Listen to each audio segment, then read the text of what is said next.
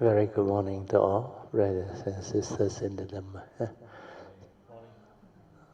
Yeah, tomorrow I think will be our last day, but technically today I think will be our last day because the closing ceremony, everything will be happening today.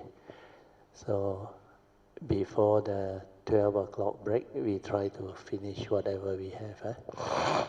Because after that, we will have to wait for the closing ceremony. Then after that, we will continue.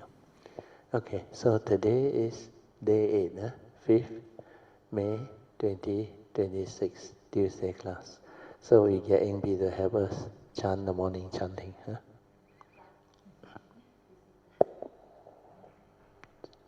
No, Sunday chanting. No, morning chanting. Oh. Okay. Morning chanting, page 5 of the retreat chanting book. To the Blessed One, the Lord, who fully attained perfect enlightenment, to the teaching which he expounded so well, and to the Blessed One's disciples who have practiced well, to this the Buddha, the Dhamma, and the Sangha, we render with offerings our rightful homage. It is well for us that the Blessed One, having attained liberation, still had compassion for later generations. May these simple offerings be accepted for our long-lasting benefit and for the happiness it gives us.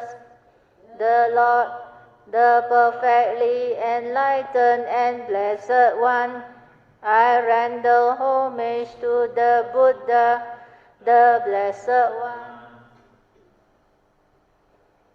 The teaching so completely explained by him, I bow to the Dhamma. The Blessed One's disciples who have practiced well, I bow to the Sangha. Now let us pay preliminary homage to the Buddha. Homage to him, the Blessed One, the Worthy One, the fully enlightened One.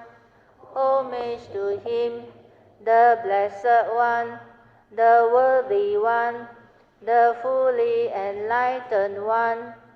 Homage to him, the Blessed One, the Worthy One, the fully enlightened One. Now let us chant in praise of the Buddha. The Tathagata is the pure one, the perfectly enlightened one. He is impeccable in conduct and understanding, the accomplished one, the knower of the worlds. He trains perfectly those who wish to be trained. He is teacher of gods and humans. He is awake and holy. In this world, with its gods, demons, and kind spirits, its seekers and sages, celestial and human beings, he has by deep insights revealed the truth. He has pointed out the Dhamma, beautiful in the beginning, beautiful in the middle, beautiful in the end. He has explained the spiritual life of complete purity in its actions and conventions. I chant my praise to the Blessed One. I bow my head to the Blessed One. Now let us chant in praise of the Dhamma. Well expounded is the Dhamma of the Blessed One. can be realized in the here and the now, beyond time, beyond thought, inviting investigation, leading inwards to the heart, Nibbana, can be understood by the wise, each for themselves. I chant my praise to this teaching. I bow my head to this truth. Now let us chant in praise of the Sangha. They are the Blessed One disciples who have good conduct, who have upright conduct, who have wise conduct, who have dutiful conduct. That is the four pairs, the 8 kinds of noble beings. These are the Blessed One's disciples. Such ones are worthy of gifts, worthy of hospitality, worthy of offerings, worthy of respect. They give occasion for incomparable goodness to arise in the world. I chant my praise to this Sangha. I bow my head to this Sangha. Now let us chant our salutation to the Triple Gem and a passage of encouragement. The Buddha, absolutely pure, with ocean-like compassion, possessing the clear insight of wisdom, destroyer of worldly self-corruption, devotedly indeed, that Buddha I revere, the teaching of the Lord, like a lamp, illuminating the path and its fruit, the deathless, that which is beyond the conditioned world, devotedly indeed, that Dhamma I revere, the Sangha, the most fertile ground for cultivation, those who have realized peace, awaken after the accomplished one, noble and wise, all longing abandoned, devotedly indeed, that Sangha I revere. This salutation should be made to that which is worthy through the power of such good action. May all obstacles disappear. One who knows things as they are has come into this world, and he is an Arahant, a perfectly awakened being, purifying the way, leading out of delusion, calming and directing to perfect peace, and leading to enlightenment. This way he has made known. Having heard the teaching, we know this. Birth is suffering, aging is suffering, sickness, disease is suffering, and death is suffering. Sorrow, lamentation, pain, grief, and despair are suffering. Association with the disliked is suffering. Separation from one's loved ones and our prized possession is suffering. Not attaining one's wishes is suffering. In brief, the 5 aggregates of graspings are suffering. These are as follows: identification with the body, identification with feeling, identification with perception, identification with mental formation, identification with consciousness. For the complete understanding of this, the Blessed One in his lifetime frequently instructed his disciples in just this way. In addition, he further instructed, รูปังอนิจจังเวทนาอนิจจังสัญญาอนิจจังสังขาราอนิจจังวิญญาณังอนิจจัง รู รูปังอนัตตาเวทนาอนัตตาสัญญาอนัตตาสังขาราอนัตตาวิญญาณังอนัตตาสัพเพสังขาราอนิจจาสัพเพธัมมาอนัตตาเต All of us are bound by birth, aging, sickness, and death, by sorrow, lamentation, pain, grief, and despair, bound by suffering and obstructed by suffering. Let us all aspire to complete freedom from suffering. The Blessed One, who long ago attained Parinibbana, is our refuge. So too are the Dhamma and the Sangha. Attentively we follow the pathway of that Blessed One with all of our mindfulness and strength. May then the cultivation of this practice lead us to the end of every kind of suffering. Okay, we will now chant the closing homage. Arahang Samma Sambuddho Bhagava Buddhang Bhagavantang Abhivademi Swakato Bhagavata Dhammo Dhammang Namasami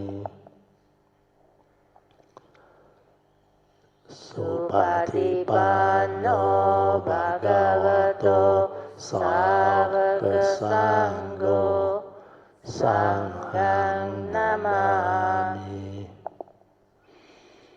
Okay, you all can be seated. So we'll continue from where we stopped yesterday. Yeah. You know which page? 33. Last paragraph.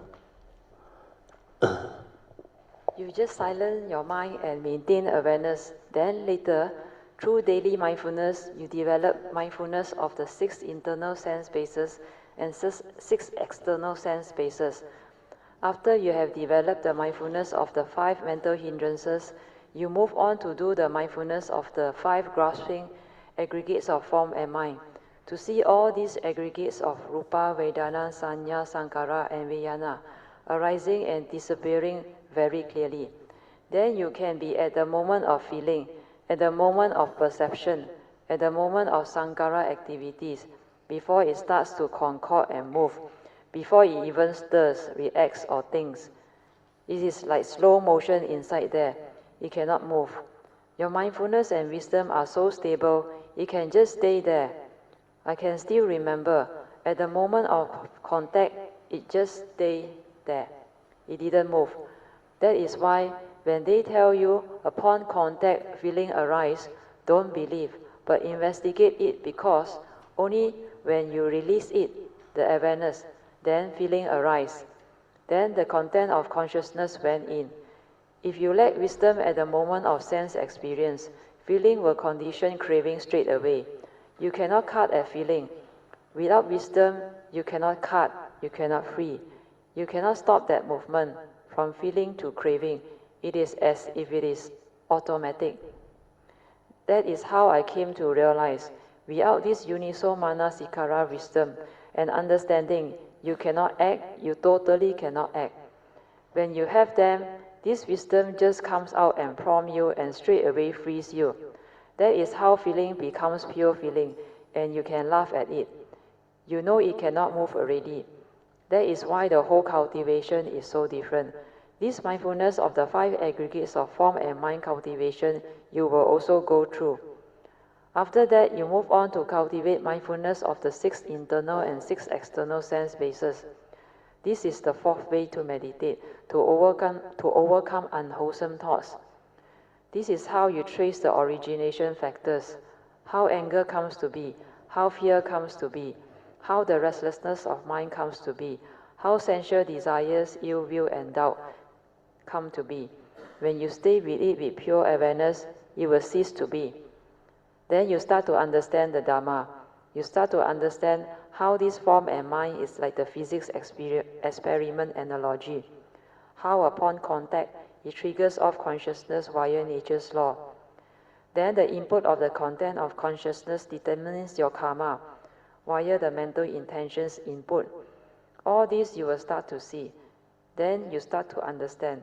When you understand all this, the next mindfulness training within the Dhamma Nupassana category of cultivation is cultivation of mindfulness of the 7 factors of enlightenment.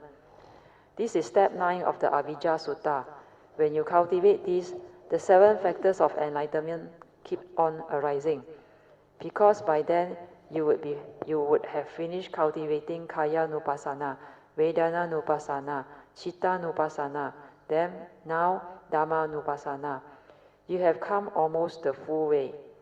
The last one you haven't done is mindfulness of the 3 turnings of the 4 noble truths. But before these 3 turnings of the 4 noble truths cultivation, you must have reflected and contemplated while constantly listening to the true Dharma. That implies you have done part of the mindfulness of the 3 turnings of the 4 noble truths already. Then when you cultivate the 4 foundations of mindfulness, it is all about direct seeing with the silent mind, via bhavana, maya panya. That one is very penetrative. That is the reason why by the time you move into Dhamma Nupassana, you would have understood all those words and instructions of the Buddha. 7 factors of enlightenment. Then the 7 factors of enlightenment keep on arising. Sati, Dhamma Vichaya, Viriya, Piti, Pasati, Samadhi, and Upekkha. All these will arise. Then you know you are on the right path. You know you are destined for enlightenment. That's why step 10 of the Avijja Sutta is enlightenment in the here and now.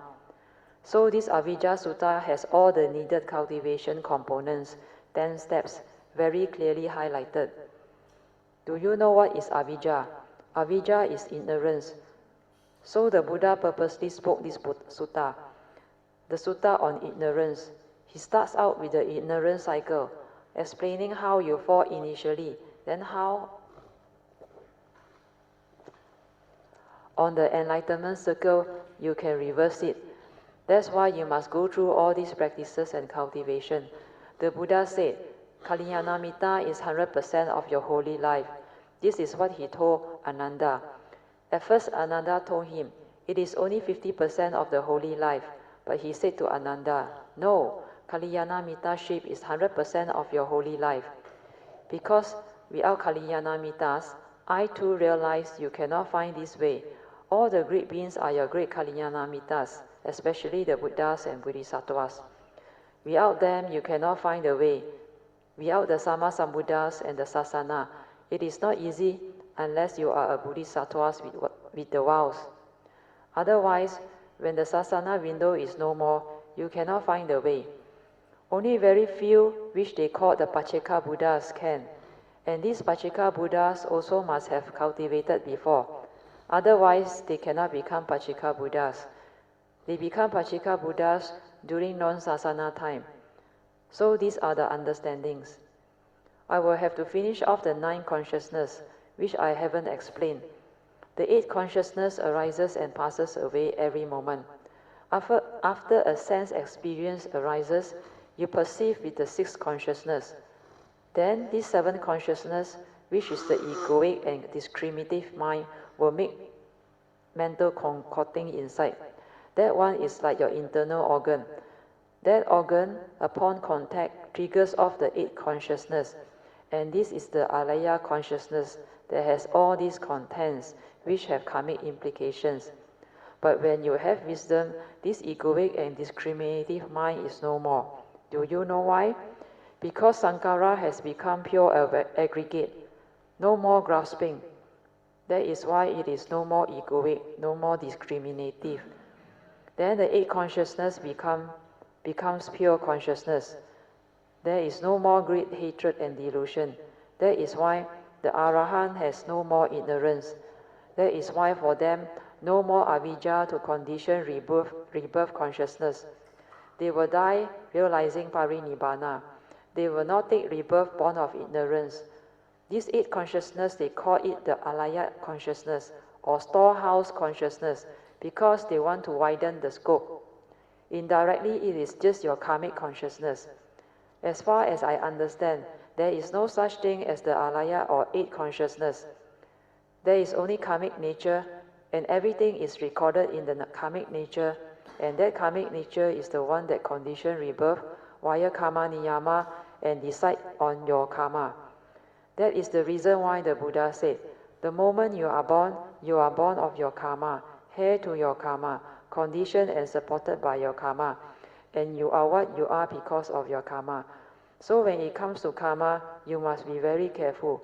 You cannot play a fool with it because the moment you are born, it follows you, i.e., you are heir to everything that karmic nature had accumulated. This is the reason why if you don't take care of karma, karma can never take care of your life because your life depends almost entirely on karma, and you are born of it, heir to it, conditioned and supported by it, and you are what you are because of the karmic nature. So do take care of the karmic nature. And how does one take care of the karmic nature? Cultivate the 10 steps of the Avijja Sutta, or at least until step 5. When you hit step 5, step 6 and 7 are automatic or is a natural consequence. Step 6 is sense restraint. It means your precepts are well kept already and your karmic nature is well taken care of. Then step 7 is the 3 ways of right conduct. It means you are at the rightful path already. The right view leading to right thought, right speech, right action, and right livelihood will be there. And coupled with your 4 right efforts, which you have cultivated earlier, it can help you develop step 7. Otherwise, you cannot have the 3 ways of right conduct. So all these are linked, and the whole teachings are also linked. Then the last one that the Buddha taught is the 9 consciousness. This one is very easy to understand. What is it? When you go through Nibbana, this 9 consciousness is by right not a consciousness, but they call it consciousness because they don't have a clear understanding. They sometimes call it your true nature, your Buddha nature, but this is the unconditioned, so it is not a consciousness. The word used is wrong. That is why sometimes people get so impressed by Mahayana because they say, Theravada has only 1 type of consciousness, but we have 9. Then they will ask you, do you know what is 第六次, 第七次, 第八次? Spoken in Mandarin. They are just the 6 consciousness, 7 consciousness, and 8 consciousness. It is just the same as the 5 aggregates of form and mind, as explained by me earlier. Nothing more than that. The collapse of the mundane mind. Do you know why I can understand all this? It is because when my mindfulness became so stable, I saw all these movements inside my mind. I saw them all. When your stability of mindfulness and wisdom are so established, your mind can be at the moment of contact, moment of feeling, then it does not move, and you can investigate it. At that moment, it does not move because there is no more ignorance. And all those craving forces that force the movements also no more. That is why it cannot move. Then later, when they become pure aggregates, it's even more amazing. One will inquire, how come inside there it is like no mind, no movement at all, everything is so fine. Then I realized this is the supra-mundane mind. The mundane mind had collapsed. The mundane mind collapsed because the wisdom energy within is so fine and pure. The vibration is so fine. Then this mundane mind, which is too gross to exist, will collapse. Like a layer of consciousness just dropped off completely. And when it drops off, it is like the sky. Suddenly, all the clouds and everything that obscure the sun ray from penetrating is no more. Then what happens? The sun rays penetrate, right? Our nature is the same. When the mundane mind collapses, I realize this pure nature shines forth. It's like there is no more of this gross mundane mind, with its images and the sankhara mind states to obscure, i.e., no more of those gross form or rupa thoughts and mental formation, etc., are like completely clear and gone.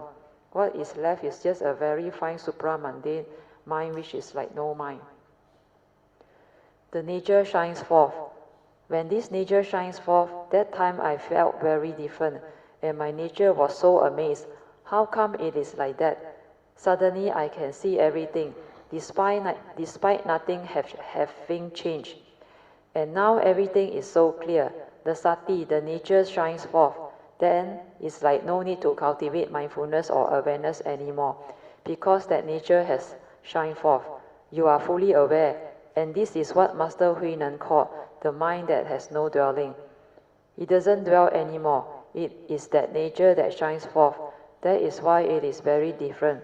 When that thing happened, I can still remember. I sat there alone for 3 to 4 days, and I was telling my wife how come it is like that. Truth is everywhere in the midst of life and nature.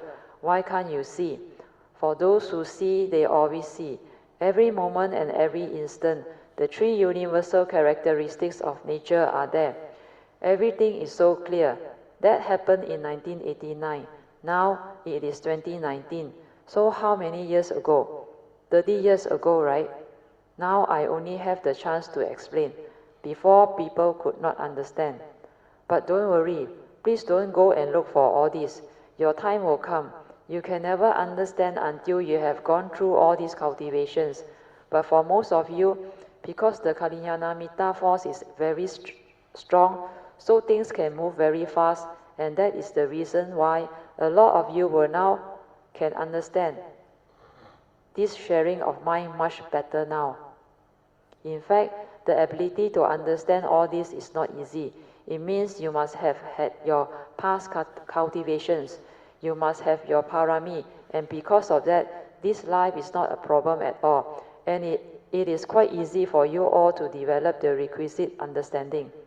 Do listen to the recordings, the video, the audio recordings, and later with the transcript. You can read them, reflect, and contemplate on them, then you will become beautiful. You should learn to write them down to confirm your understanding. It is going to be very beautiful. Okay, I think we stop our sharing here. The end, closing puja. Okay, so we shall end our today's sharing. Let us rejoice one more time. Sadhu, sadhu, sadhu. Then we will end after chanting the closing puja. And message by a Kalyanamitta who helped in the transcript. Most grateful to Brother Teo. Yes, the above transcript sharing is truly beautiful. The below quote by Brother Teo is most beautiful. Be mindful and aware all the time. Just don't stir your mind anymore and let things be. Then all the defilements which are non-intrinsic will settle down by itself naturally to reveal the truth. This clarity will reveal the true nature of everything inside and outside, leading to the true peace and wisdom within. With metta always, Brother Ping Lim. Sadhu, sadhu. Okay, what's the time now? 9 o'clock now. So we take half an hour from the meditation. Okay lah. You can go another half an hour. Page 42, outline short notes. These below short notes were prepared to help others better understand what had been shared. Outline short notes for Brother Teo's 11 July 2019 Dharma talk. What is the difference between consciousness and awareness? Sister Ingbi shared that when one is conscious of life, it does not mean one is also aware of life. Conscious means you can be conscious of what you see, hear, tactilely feel, taste, smell, and think, but one might be heedless. Awareness means being aware from within, aware of whatever that goes on within our form and mind. For those who meditate well, they can go into their sleeping mode and still be aware within while the body rests or sleeps. There are two types of awareness. The first type is the normal specific phenomena awareness, whereby one is aware of what is going on. Most people are not aware because they are lost in thoughts most of the time. But when you are aware, you are with the true mind. You are aware of thoughts, content of consciousness, the bodily movements and mental movements, and nature's movements. This is the specific phenomena awareness, whereby one's awareness and the phenomena are one or move as one. The other type is the silent spacious awareness without a center, spacious awareness. This awareness becomes one with nature, leading to the oneness nature. Awareness is the same as sati. Sati is the pure awareness before the knowing. Conscious means when you are not in the sleeping mode. When you can wake up, you become conscious. Conscious of life itself. You have senses in your body, and because of that, you can be conscious of what you see, taste, hear, smell, tactily feel, and think. Dependent on these six sense doors consciousness, there must be the six sense bases. And these six sense bases give rise to the six steps of correspondent sense door consciousness. Reason why the Mahayana tradition teaches 9 types of consciousness. In Theravada tradition, there is only one word for consciousness, i.e. Vijnana. There are 3 Pali words used to denote mind, and they are Mano, Citta, and Vijnana. There are differences among them. Mano is often used in Dhammapada verses 1 and 2. Mind is the forerunner of all things. Mind is chief. This mind is Mano. Mind make are they. If one speaks or acts with an evil mind, dukkha will follow him just as the wheel follows the hoof print of the ox that draws the cart. In the four foundations of mindfulness, Satipatthana Sutta, there is this mindfulness of the citta, citta-nupassana, i.e. mindfulness of content of consciousness, where the word citta is used as meaning the content of consciousness. Whereas in the law of dependent origination or Paticca Samuppada teaching, the third link is Sankhara, Panchaya Vijnana, followed by Vijnana Panchaya Namarupa. Here, Vijnana is the pure consciousness, one of the 4 mind aggregates before the input of the content of consciousness. When the content of consciousness goes in, it becomes Namarupa, which is your 5 mental aggregates of form and mind or thought. Hence, Citta is your 5 mental aggregates of form and mind, which is your thought. Initially, in the seeing, there is only the pure seeing consciousness, and there is no one to see. This is your direct seeing, seeing things as they are, before the stirring of mind. But due to ignorance, upon contact of mind with the brain, the mind will stir. Then through wrong perceptions, views, opinions, and conditioning, you input the content of consciousness with the evil roots, thereby creating the karmic consciousness, wholesome and unwholesome. This is acting according to memory. The first 5 consciousness are seeing, hearing, smelling, tasting, and touching or tactile consciousness. The 6th consciousness is sanya or perception, connected to the mind, which is the common denominator needed for the arising of all these consciousness. When the mind perceives, these 6 consciousness arises. The 7th consciousness arises due to the egoic or discriminating mind with all its views, opinions, conditioning, belief system, memories, etc. This egoic or discriminative mind creates mental hindrances of likes and dislikes, causing the mind to stir constantly while living life. These mental hindrances give rise to habitual tendencies, leading to latent tendencies, anusaya. The 7th consciousness creates karmic consequences. As for the 8th consciousness, it is the alayat consciousness, the storehouse consciousness of karmic accumulations. It is the result of the 7th consciousness that acts as a mental organ. Perception brings the external form and sense data into mind. So upon contact of this external sense data with the mind, The mental organ, 7 consciousness. The mind consciousness, which is the 8 consciousness, arise. When you have stability of mindfulness, you can be at the moment of contact, feeling and perception, activity of mind, consciousness or content input. You can see them clearly. Human beings normally act according to their memories, but with Dharma understanding, one acts according to wisdom and understanding, born of the first and second turnings wisdom, Yuniso Manasikara. Right views are important. Wrong views make one miserable. After straightening one's view, you can then act according to understanding and wisdom, following the Noble Eightfold Path.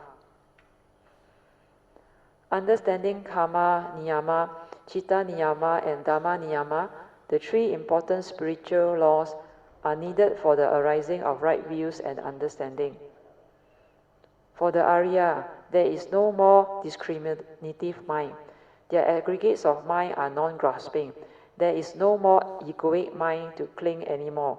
Due to awareness and wisdom, one can input pure content of consciousness.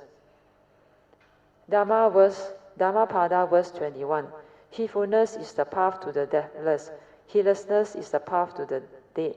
The heedful do not die, whilst the heedless are as if dead. Dhammapada verse 23. The constantly meditative and ever mindful, he or she will realize the supreme born free enlightenment, Nibbana. In the Avijja Sutta, there are 10 steps leading to liberation, and step 1 is to have Dhamma friends to cultivate together. Dhamma friends who can guide, counsel, motivate, encourage, and help show us the way. Great beings' natures, those of the Buddha and Bodhisattvas, are true great Dhamma friends. Step 2, listening to the true Dhamma. Step 3, having faith in the Triple Gem.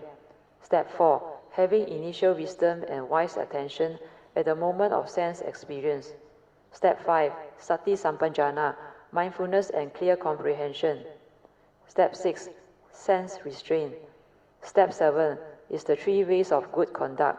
Step 8, cultivating the 4 foundations of mindfulness, can then be cultivated with ease, giving rise to step 9, the 7 factors of enlightenment keep arising. You then know you are on the right path. Step 10, enlightenment in the here and the now.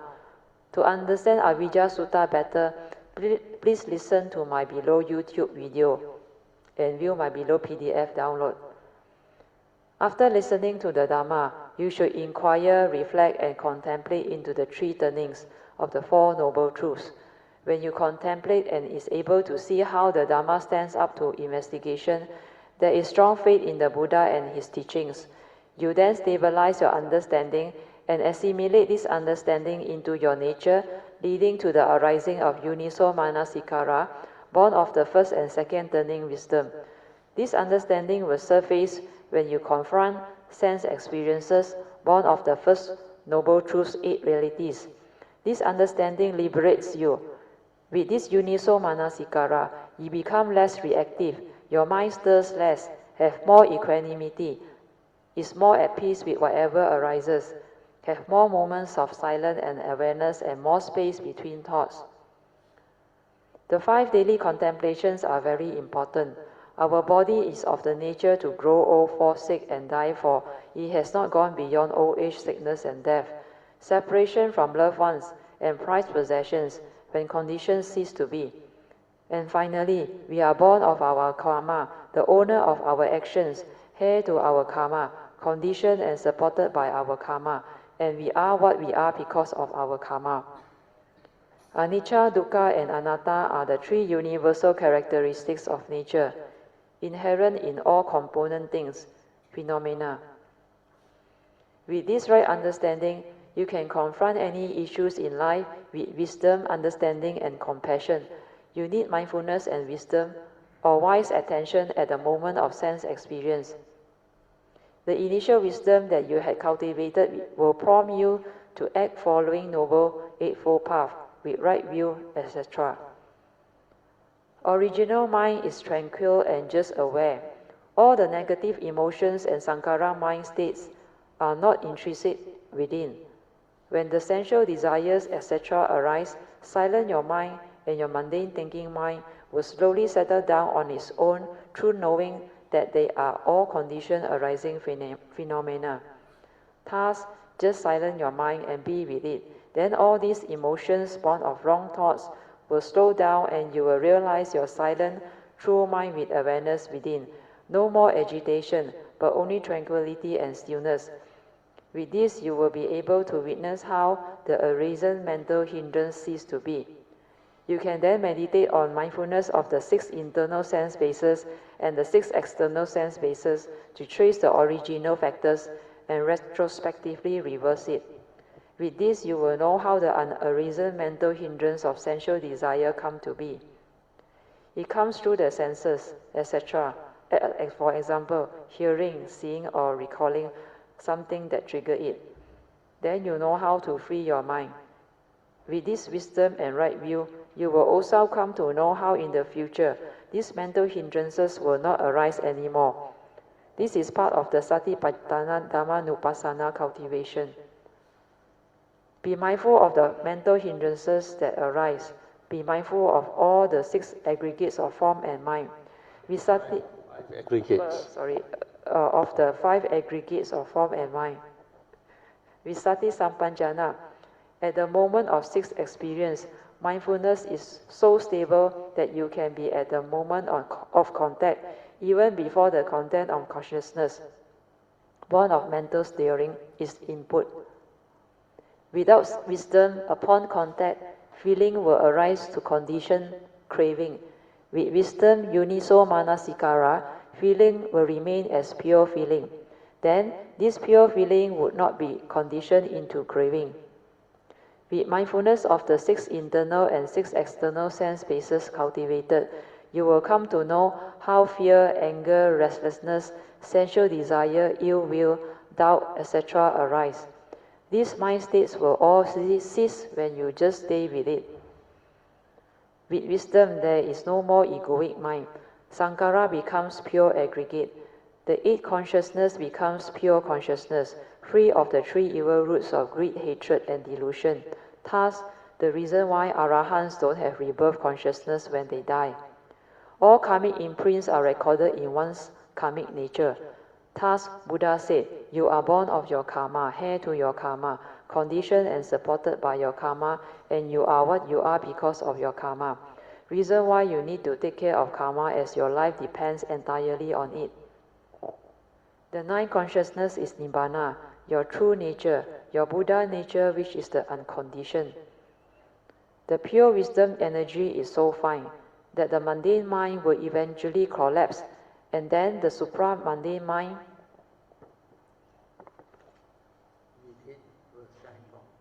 from within will shine forth. No more mundane minds gross sankara to obscure the true mind. This supra-mundane mind is the mind that has no dwelling, as taught by Master Huineng. When the nature shines forth, mindfulness becomes automatic, and the 3 universal characteristics of nature is clearly seen at all times, even whilst in the midst of life. For those who cease, they will always see this truth. Brother Teo encourages Kalyanamitta to listen to the audio files and watch the video on the website broteo.com and the links provided above for a clearer comprehension. Also to read the transcript when it is available and constantly reflect upon them to develop the clear understanding. Above short notes prepared by Sister Chong Pei Yuan. This is Panchi's daughter from Alaska also. Okay, sadhu, sadhu, sadhu. Okay, we will now go to maybe Jin House AI summary.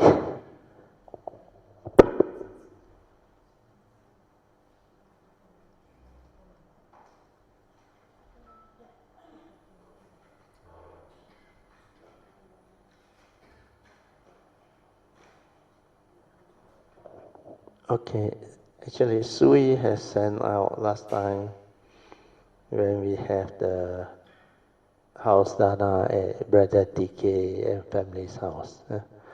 Actually, they had it at the sister's place. The brother-in-law also there. So the first photo that Sui sent, that so-called Brother Chia, in the back with a green T-shirt. He looked like a monk or not? Then I think the blue and white stripe one is DK's brother-in-law. Is it correct? Then there's a group photo. You see, DK brought the mother there. Yeah, the wife. Oh, your son also there at that time. Next to your mom, one is it? Oh, the whole family was there. Okay, good. Okay, we go to the AI. What? You didn't send to Yogi Guru? Oh, then you only send to me. Okay, never mind, I shall read this out. So, Ingbi managed to Google, Suyan also managed to Google, Dhammapada verse. There are 423 of them. So, under the Yogi, Retreat Yogi, WhatsApp group, the Dhammapada is a collection of 423 verses in 26 chapters, constitute a core Buddhist scripture often called verses of wisdom or path of truth. It focuses on mindfulness, morality, and achieving nibbana by overcoming mental defilement. A famous verse is, hatred is never appeased by hatred in this world. By non-hatred alone is hatred appeased. This is the eternal law. So this one is very easy to understand. If you arise a hatred, how can you appease the hatred? Because it's an evil root. That's why you must understand that these are evil root. Then never get angry to react and reply to whatever. So you should at least develop the understanding to cultivate accordingly. You must have Noble Eightfold Path factor, right view, reading, right thought, right speech, right action, and the way you live your life will be in accordance. Okay. Okay, now Jin Hao sent ready. The first one, summary and key point of the 10 lesson of the cultivation of the Bodhisattva way. This book,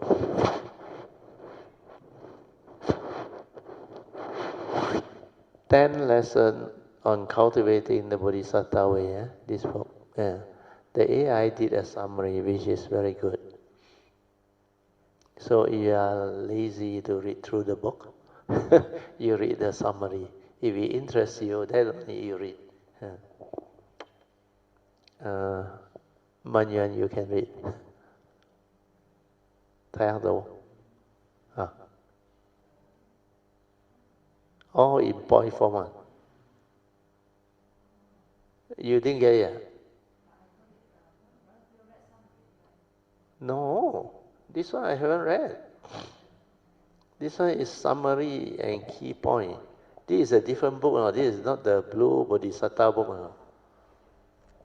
This is lesson 10 lessons. Summary and key points of ultimate realization to transcend life. Summary. This book is a transcript of a Dharma talk given by Brother Teo Kian Kun on February 22nd, 2024, focusing on Unit Dharma Code 105.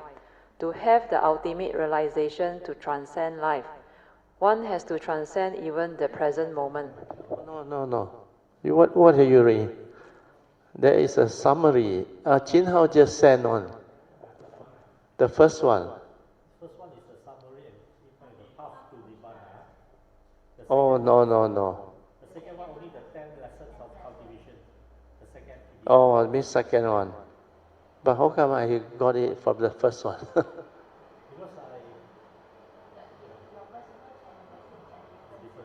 Oh, okay, okay. So, Sister Mike, you can read the second one, second PDF.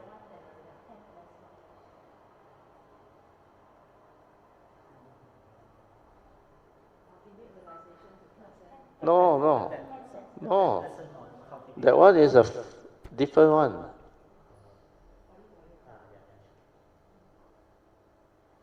Summary and key point of 10 lesson.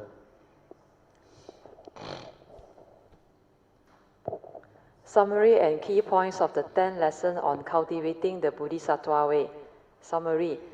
This document is a transcript of a Dharma talk given by Brother Teo Kian Kun on 10 March 2019 as part of a series on cultivating the Bodhisattva path. The teaching covers karmic obstructions, the importance of asking for forgiveness, the 10 perfections, the distinction between the law of extraction and the law of karma, and an introduction to Abhidharma concepts such as Cetasika mental factors. Brother Teo begins by emphasizing the importance of clearing karmic obstructions through sincere requests for forgiveness from the Triple Gem and all beings, and through invoking the power of merits. He explains that these practices are essential for progressing on the Bodhisattva path without being hindered by past negative karma.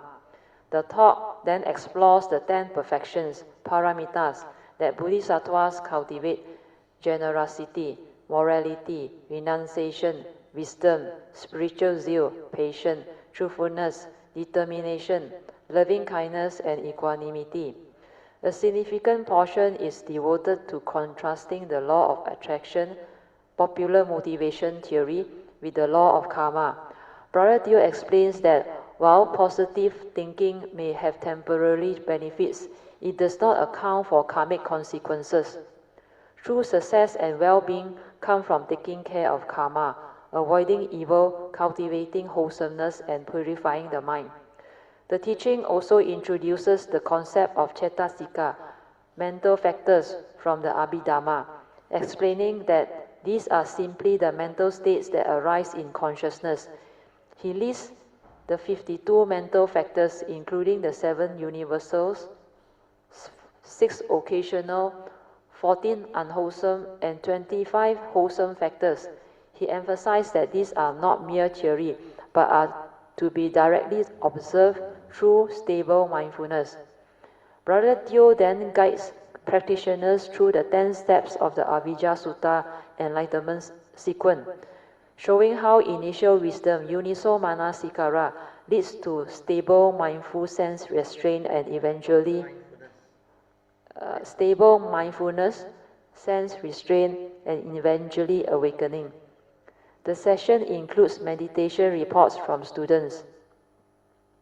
Brother Song shares his experience of bright inner light, spacious awareness, and deep understanding of the Dharma. Sister Su shares her pilgrimage experience, noting a conditioned calmness and lingering aversion to beggars, and her realization that she must look inward. Brother Teo concludes by introducing the threefold Lotus Sutra, 法华三部经 which consists of Sutra of Infinite Meanings, 无量易经 Wonderful Dharma Lotus Sutra, 妙法莲华经 Samatha Bandra Meditation Sutra, 普贤菩萨修行法经啊，是要哦，观普贤菩萨行法经 ，OK。 He notes that these texts represent the next phase of study for the group. Key points: clearing karmic obstructions. Karmic obstructions can be very powerful and hinder cultivation. To clear them, number 1, ask for forgiveness from the Triple Gem and all beings for past wrongs, knowingly or unknowingly. Number 2, vow not to repeat these negativities by following the Buddha's advice. Avoid all evil, do good, purify the mind. Number 3, evoke the power of merits to create causes and conditions for amicable resolution. The 10 perfections, paramitas, dana, generosity, sila, morality, nikama, renunciation, panya, wisdom, viriya, spiritual zeal, khanti, patient endurance, sacha, truthfulness, aditana, determination, aspiration, affirmation, metta, loving kindness, upeka, equanimity. Law of attraction versus law of karma. Law of attraction.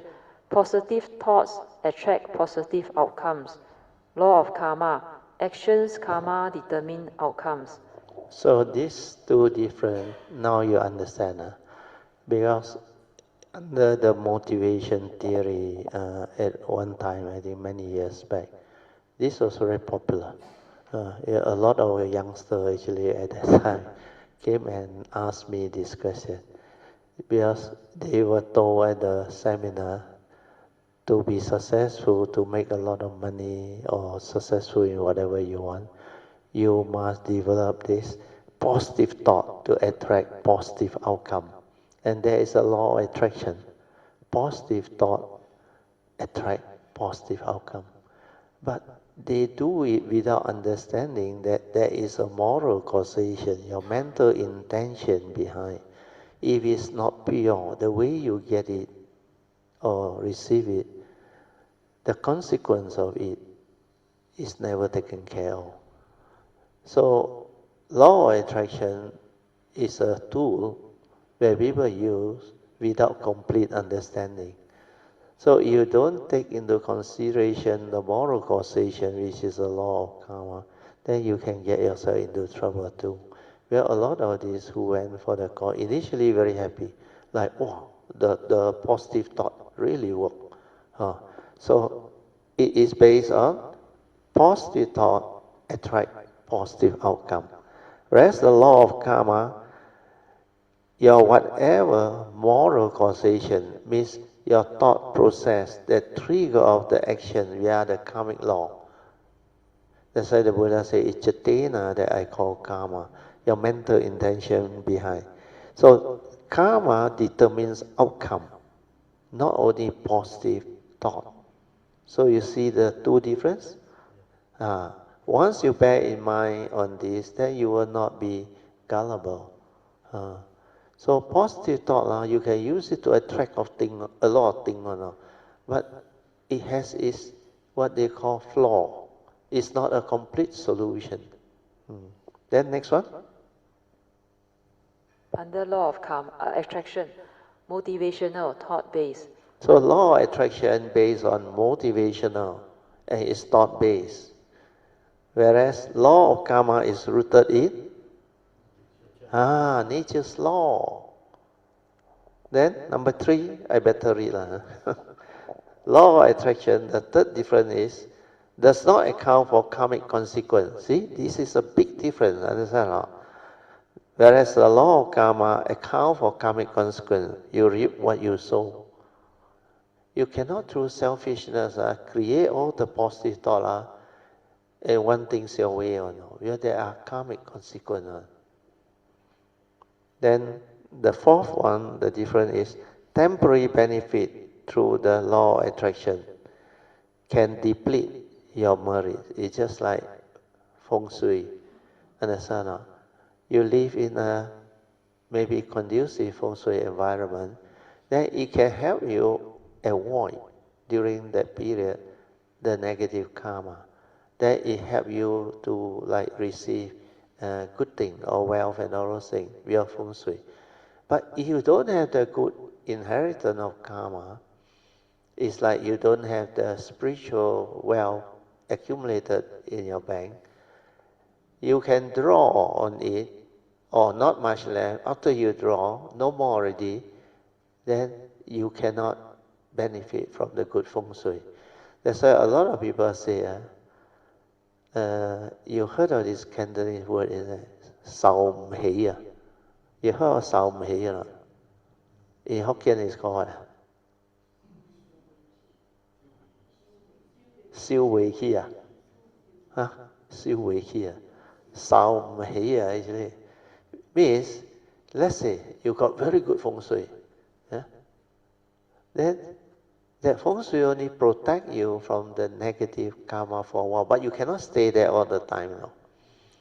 Then let's say you buy a junction house, okay? Buy a junction house. So they say that junction house, most of them will say, those who stay in junction house, sure get into big trouble. Because they believe feng shui is like that. That's why they will advise you not to buy junction house. But I can tell you, personally, in 1985, that time I was still renting house. I haven't bought my first house. So I rent a house. Happened to be a junction house. But really, got people who stay in that house get into trouble. So what happened was when I was there, actually for me, nothing happened to me. But my son, he fell very young that time, I think 3 years old or 4 years. He got a compound fracture. Then my brother got one, came down and stayed with me, also got a very minor accident. But I very lucky. I got promoted. I went and developed the understanding to work in such a way that I was promoted to special skill ahead of my peers. Actually, to reach special skill under government, you must work minimum 7 years. I actually, on the 3rd year, I got it. But the place I went to work, I was taken in that time after 3 years. That post was a normal post, not even super skill yet. No. After that, super skill, then only go, time skill, then go up, senior time, then only super skill. So I was placed on a time scale. But because of my contract pay, my pay was equivalent to a 10-year officer. So when I went there, I asked for that salary plus 1 increment. They cannot find anybody, they get desperate, they hire me. So after they hire me, that place is a madhouse. They say you put 10 engineers also cannot run one. It's really a madhouse. So they try me out. Then I didn't know. No. Before me, there are 4 engineers who went in. Nobody lasts more than 3 months. So when I was there, they were betting. No. This Mr. Teo lasts how long? And nobody gave me a chance. Then my staff later on come and tell me, said, Teo, you know what they are doing outside or not? They are betting that you cannot stay more than 6 months. Yeah. I said, never mind, let them say what they like. And you know what happened? Within 1 month, I turned the madhouse around. Then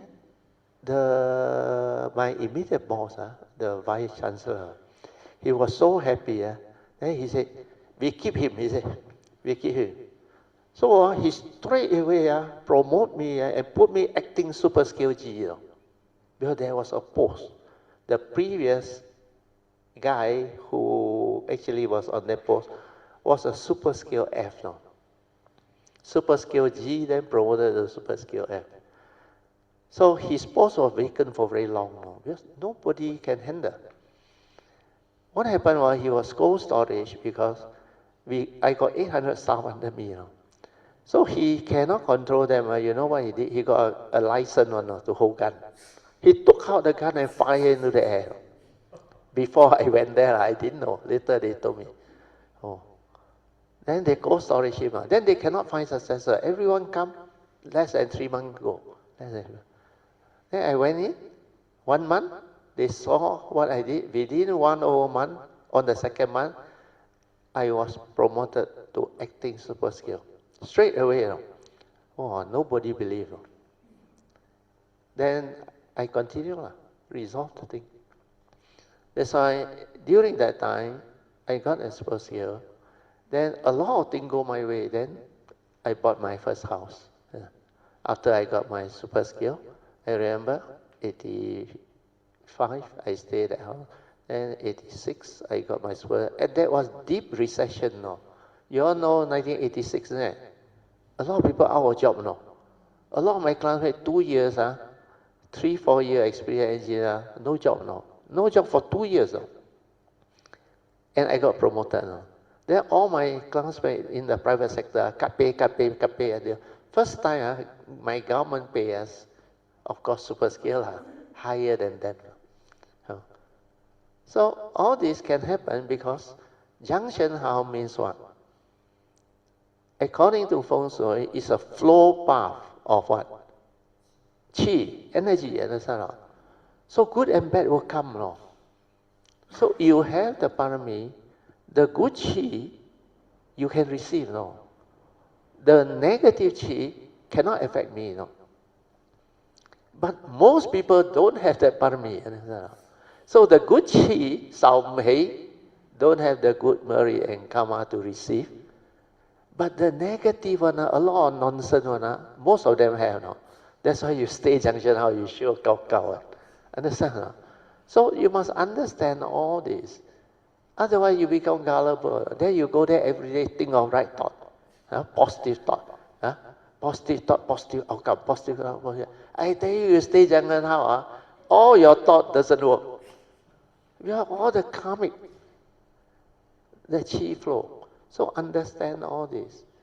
There are such things as feng shui, medium, bomo, understand? Because there is society. But you must understand, society has all this type of funny thing, duality and all those things. But when it comes to nature's law, it is not about all this. So when you understand, feng shui has its science, understand? That's why don't get me wrong. So if you know how to choose a good feng shui area, the qi are better. They can tap the good qi, the environment, everything. So you tend to be in a favorable condition to receive good karmic, understand? But like I say, if your karma or parami is limited, once you use up, you got no more already. So it doesn't serve you well already. That's why a lot of people do business. Sometimes they get into trouble, they believe they go and change the feng shui. They go and seek advice. Sometimes seek momo and all those things, medium and whatever. So these are due to ignorance. When you understand the Dhamma, you don't need to worry about even tradition, pantang and all those things. No need. You live with understanding, following the Dhamma way. Everything will go your way. Well, the main criteria or main criteria that decide your life is karma, understand? You are born of your karma, heir to your karma, conditioned, supported by your karma. And you are what you are because of your karma. What does it mean? Karma almost influence or affect 99.9% of your life. And you somewhat don't want to take care of karma. So whatever you do, if you don't take care of karma, your life is not taken care of. You understand? That's why the law of attraction, positive thought leading to positive outcome, is a motivation management theory that people use to maybe make it popular and make good money. Understand? If they themselves understand this law, it works, you think he want to teach you or not? Start seminar to teach you. They themselves make the money faster, isn't it? But because it's easier to through this motivational course, because everyone come up pay 4,000, 5,000 to attend, no. One session, you got 40, 50, you know how much money is it? And just 2-3 days, So you have to be careful. And a lot of these things, like you can actually find if you are attentive and you know how to screen and search. Like a lot of courses or Dhamma, like our Dhamma class, there is no money involved, and so no registration fee also. It's up to you.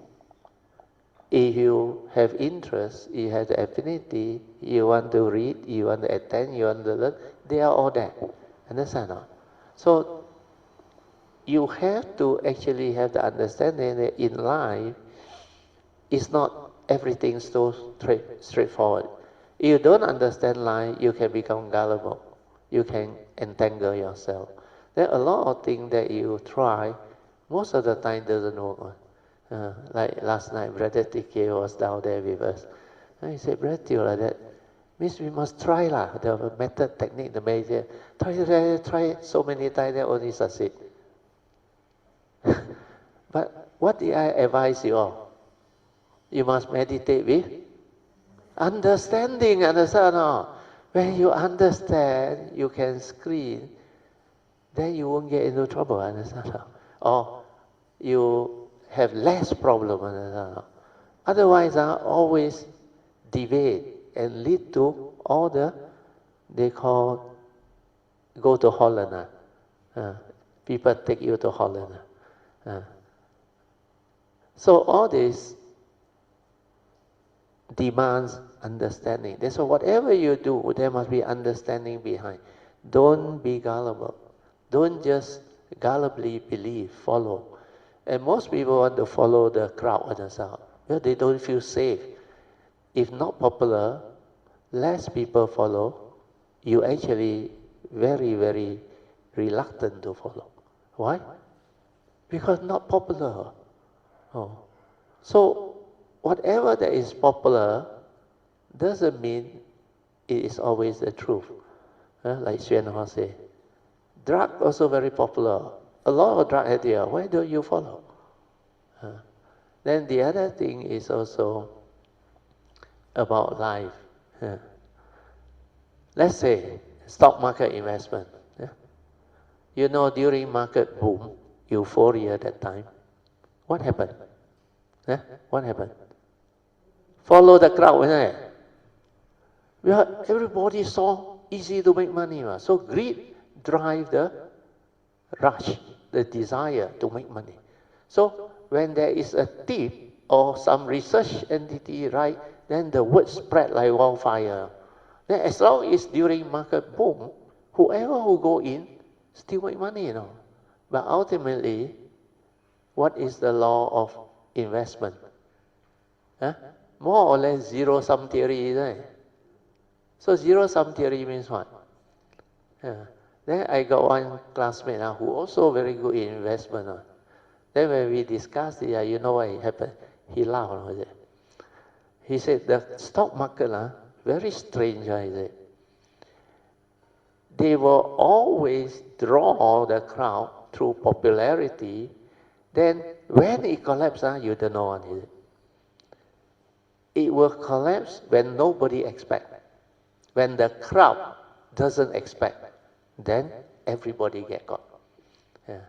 And this, I think, if I'm not wrong, George Soros. You heard of George Soros, no? The hedge fund?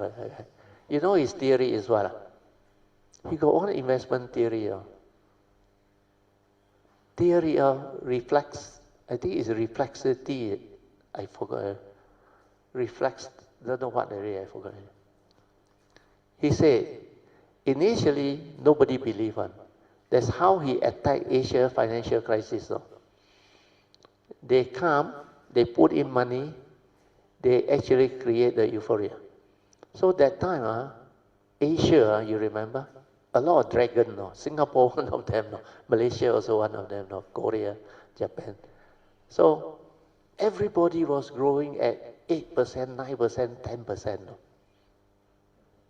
Then George Soros, where he created this, he said, he tell all this country, you have actually overindulged. Your credit expansion is beyond your means. Your stock market is going to collapse. You know why? Nobody believed him. Because everybody was so happy, so good. Taiwan, that time Master Shen Hua was there. The people that make money there, they use the word in Mandarin, 大家乐. You understand the meaning? Everybody prosperous, happy here. Then when the Asia financial crisis come, he said, you don't believe, he trigger off the, what they call, the theory of reflection. He trigger off that reality through his financial muscle. You know what they do? They buy up, when you don't believe, they buy up when everything, average price was quite low. Then they move the market out until euphoric. Then when they tell you you are going to collapse, you won't believe it. Then everybody say, yeah, that's just sorrow. He maybe try to prevent us from buying. He himself buy. Then you know what he did or not? He go and short your market. Then all the stock that he has bought, he keep on selling all the way down until it crash. But his average is still above. But he make his big money not from the market, from the short position or the futures. The futures that he make big money. Then after that, what happened? He tell Malaysia, currency was 2 point something to a USD. Then he said, see you at 3. You don't believe? He preached 3. See you at 3.5. He preached you. See you at 4. Until finally almost see you at 5. Then everybody don't know what is happening. Then the hedge fund, they come and lend you money.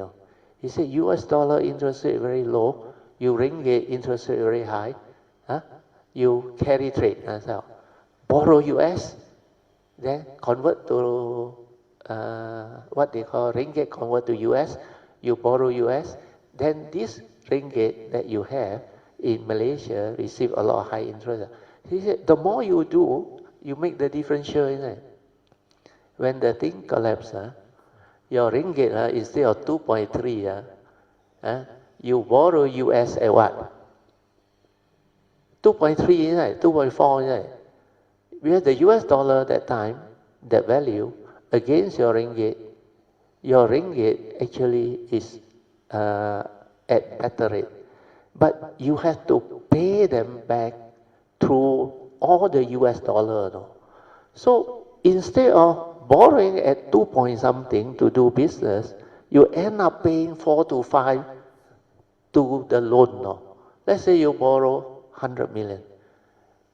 You end up paying almost double, 200 million. Interest, although low, but that principal you pay back already kill you, understand? That's why the whole of Asia, start with Thailand, Tong Am crisis, everything. So I read his book now, very good. He says the central bank also cannot fight them. Why? Because of this theory. He said the central bank is limited by its interest rate instrument. He raided the UK pound, George Soros, the famous, the whole UK pound collapsed because that's why after that the British Empire also came down. So when you have this understanding, you will not be gullible. Don't follow the crowd. Understand? You think Dharma practitioner follow the crowd, not? Popular method technique, or the very popular one. Most of the time, all these people are not the one that receive the real teaching. The real teaching never follow the crowd against the crowd. Understand? That's why you realize what I teach is almost, most of the time, against what you were taught and trained on. Do you see that? It's like, even song also tell me the same thing. Brother, what you teach is completely opposite of what I learned from other place. Because this one is a teaching that is based on reality, truth, beyond thought, beyond mind. Can be experienced in the here and the now. But the one that you all like to learn, we are popular. So like I tell you, if it's still the true teaching, if it's still authentic, there will be more and more enlightened beings in it since the Buddha's time. But why are we not seeing all this? Because the teaching has been somehow along the line, no longer authentic. So all this, you have to use your understanding. That's why meditation has to be done with understanding. Okay? You're supposed to meditate now. But yesterday night, Chupolian asked me, Brother Theo, tomorrow no meditation. Just sharing. Today, well, last night. So just sharing. No lah, half an hour at least. I take out some time. So at least half an hour. Then I can cover, maybe I will start what they call the Q&A for you all to ask questions. Because, I add in a bit more. After the meditation this morning, actually, before the meditation and I explain to Sui An, then I actually deliver a very good sharing. So those who were in the kitchen or went out, you should listen to it again.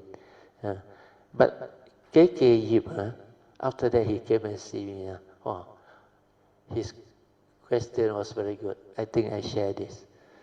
You better repeat what you came and asked me. Pass to Yip the mic. He just asked a very simple question based on meditation.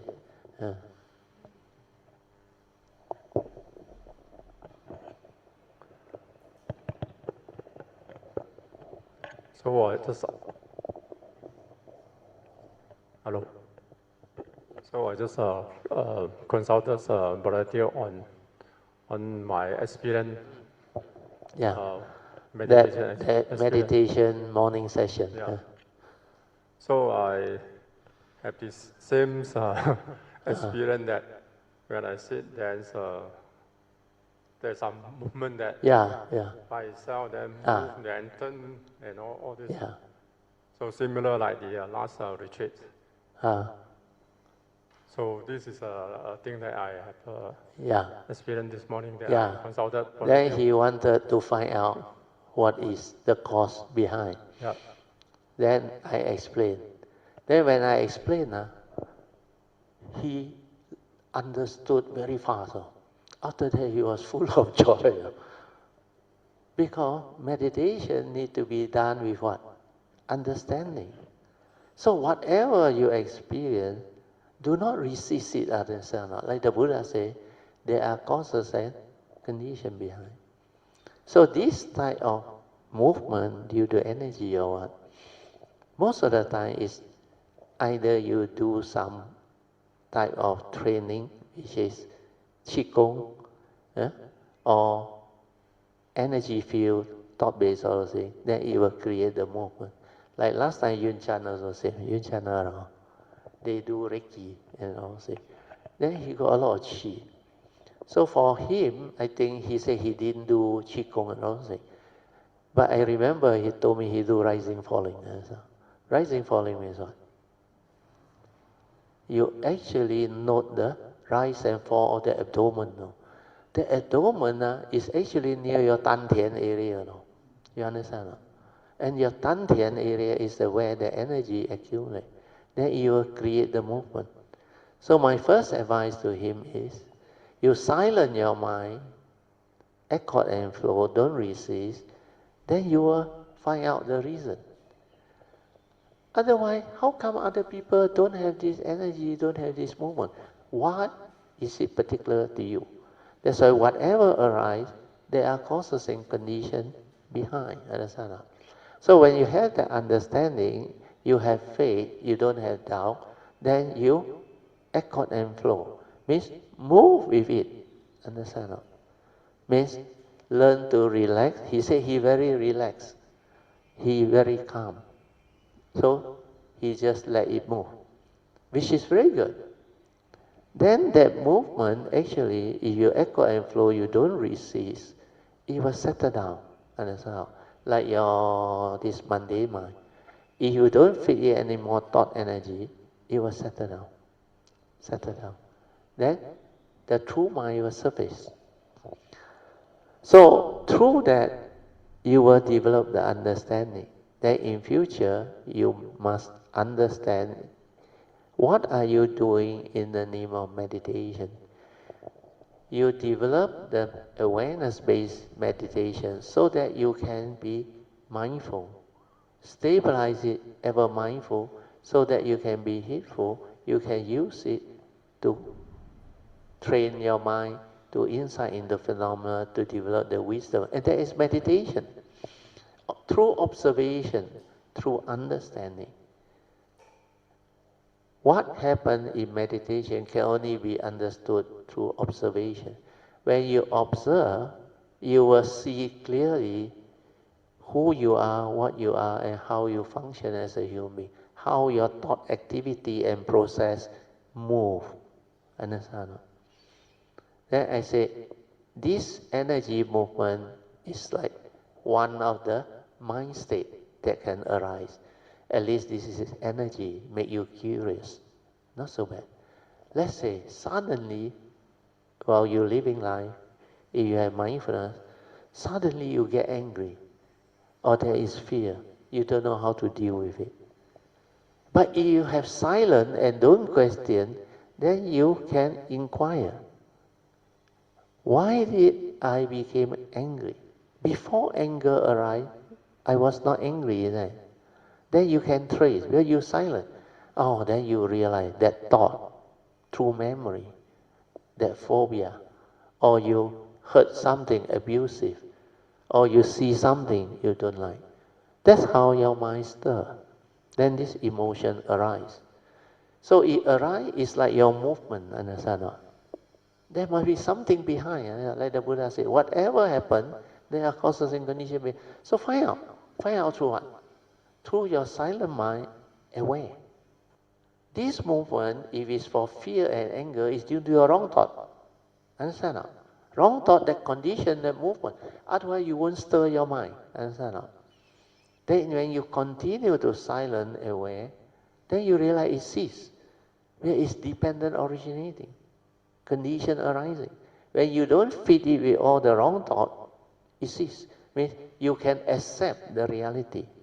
Understand now? Whatever arises, there are causes and conditions. So if I accept the reality, I echo and flow, I silent, and I let it cease. Then I realize, if I don't resist, I'm at peace. And that awareness is a wisdom energy. This one, whatever you become aware of, the condition arising thing, which is mind make, will cease. Understand? Because this is pure energy, wisdom energy. So whenever you are mindful aware, you can trace the origination factor. Then if you want to stop that thing, you know it's a defilement, like anger and fear and hatred, then what must you do? You must contemplate. What are the wrong thoughts that stir and condition me into this negativity of emotion? Then you will very easily came to know that it's the way you perceive that sense experience. Understand or not? What you heard, or what you see, or what you recall through memory, the recollection. Could be a phobia or something very frightening. So it comes through your senses, then you know. This is how the origination factor that make my mind stir. Then I know how I function as a human. When I have wrong perception, the wrong thought arises. Then you ask yourself, in future, when I see the same thing, hear the same thing, recollect the same or similar thing, how can I have a right understanding so that it does not stir and behave like before, so that I become emotional, negative with the evil root? That is how you inquire. Then you ask yourself, what did the Buddha teach? The Buddha said, silence your mind and learn to see things as they are. Understand? As they are means what? Everything that arises, there are causes and conditions behind. Understand? Means condition arising, causal phenomenon. Means these things that move, I perceive wrongly, are nature's condition. Understand? I have to come to terms with that reality. If I want things my way, I suffer. True or not? So if I have to accept the reality means what? Means you have to straighten your view through another understanding.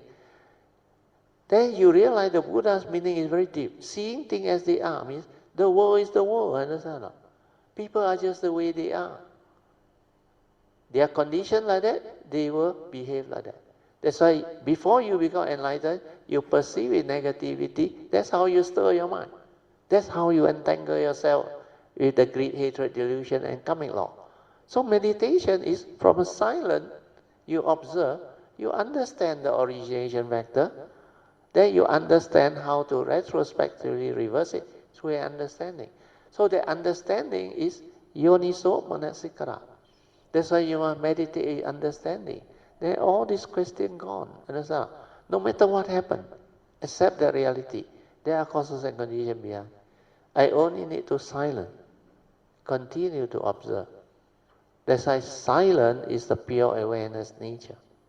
Silence is that true mind, the silent mind, the meditative mind, that can insight into phenomena, that can observe and see how things actually function, how you function as a human being, how you become emotional, how you become fearful, why when you meditate certain people, the body sway, move.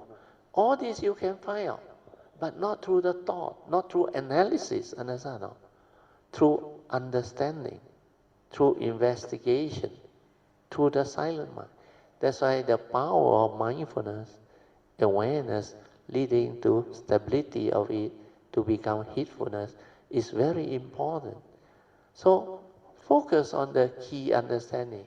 You must meditate with understanding. That is the first one. Then the Buddha, Dhammapada verse 21, the heedless are as if dead. You must not be heedless. How can I not be heedless? Train your mind. You train the heedless thinking mind, the mundane mind. And how to train? There are many ways. But the easiest is the four support. Understand? Relax, maintain awareness, and let everything return to its original state before the stirring. Understand? That's why just now in this book, I think Beng Lim share a quote that I actually come out with. You remember? Page 41.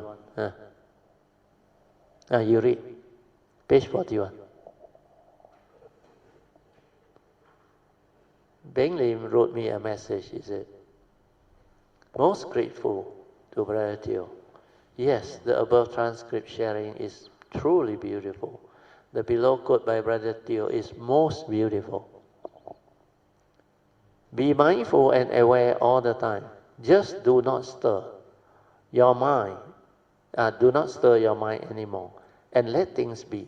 Then what happened? All the defilement which are non-intrinsic will settle down by itself naturally to reveal the truth. This clarity will reveal the true nature of everything, inside and outside, leading to what are the next two words? Truth, peace, and within it. You meditate to realize the true mind, which is true peace, tranquility, stillness, and wisdom. Understand? So this is meditation. So develop the understanding, then move in. Otherwise you waste a lot of time. You can be gullible, misled, and all those things. So find out, understand, then confidently with the faith, sincerely develop it. Then it becomes very easy, very straightforward. And the first thing you have to do is what? To meditate. You need the correct instrument in there. You cannot use thought. So you train your mundane mind to be mindful. Stabilize it to be ever mindful, so that you can be heedful, to cultivate the meditation as taught by the Buddha. And that's how you start. Then whatever you encounter in life, the first noble true reality or what, through right view, you straighten your view. If you know it's karma, do what you have to do, like the three things that is listed earlier on in the sharing. Ask for forgiveness, repentance, then vow not to repeat all this, then invoke power of merits for turnaround. So all these are the important understanding point. That when you understand, you just do, you see the result very fast. Okay? Okay, I give you half an hour to meditate. Huh?